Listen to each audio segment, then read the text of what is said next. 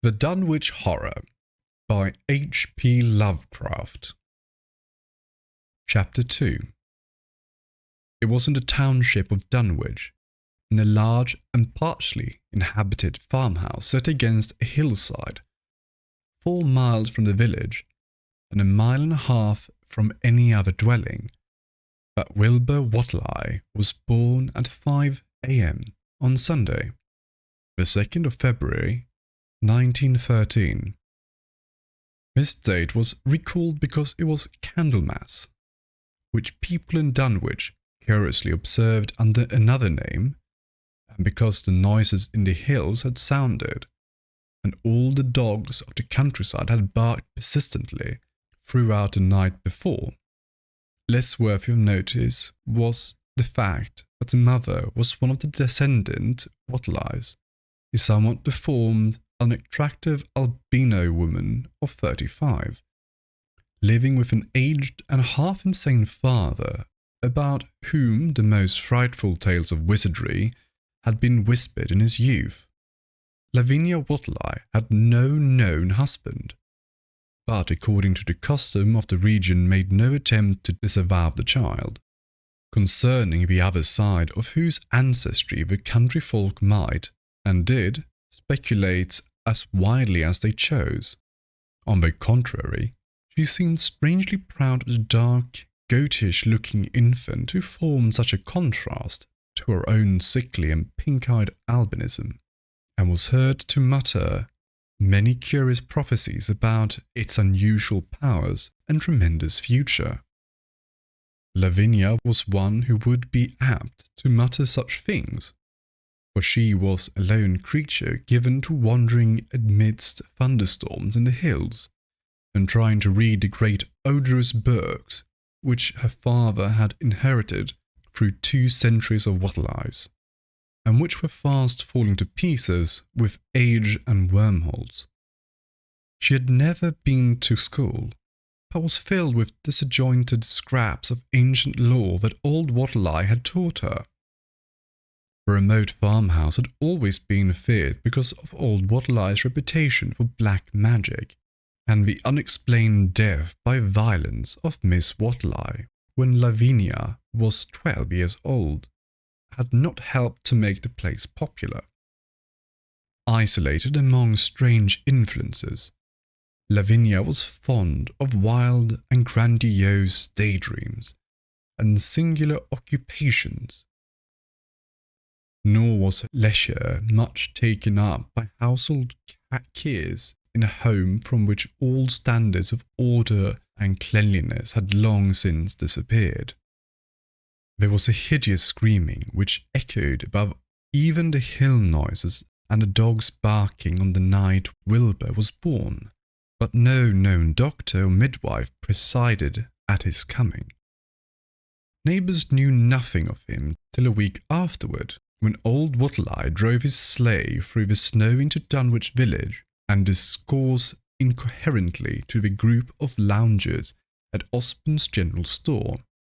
There seemed to be a change in the old man, an added element of furtiveness in the cloud brain which subtly transformed him from an object to a subject of fear, though he was not one to be perturbed by any common family event. Amidst it all, he showed some trace of the pride later noticed in his daughter, and what he said of the child's paternity was remembered by many of his hearers years afterward. "I don't know what folks think.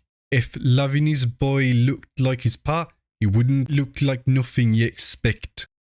You needn't think the only folk is the folks hereabouts. Lavinia's read some and has said some things the most of you only tell about. I calculate a man is a good husband as you can find his this side of Aylesbury, and if you know as much about the hills as I do, you wouldn't ask no better chance within nor here. Let me tell you something. Someday you folks hear a child o' Lavinia's a calling its father's name on the top of Sentinel Hill." The only person who saw Wilbur during the first month of his life were old Zechariah Whatley of the undecayed Whatleys, and Earl Sawyer's common-law wife, Mammy Bishop. Mammy's visit was frankly one of curiosity, and her subsequent tales did justice to her observations. Zechariah came to lead a pair of Alderney cows which old Whatley had bought of his son Curtis. This marked the beginning of a course of cattle buying on the part of small Wilbur's family, which ended only in 1928, when the Dunwich Horror came and went. Yet at no time did the ramshackle Whatley barn seem overcrowded with livestock. There came a period when people were curious enough to steal up and count the herd that grazed precariously on the steep hillside above the old farmhouse, and they could never find more than 10 or 12 anemic, bloodless-looking specimens. Evidently, some blight or distemper, perhaps sprung from the unwholesome pasturage of the deceased fungi and timbers of the filthy barn, caused a heavy mortality amongst the Whatley animals. Odd wounds or sores, having something of the aspect of incisions, seemed to afflict the visible cattle, and once or twice during the earlier months, certain callers fancied they could discern similar stores about the throats of the grey, unshaven old man and his slatternly, crinkly-haired albino daughter.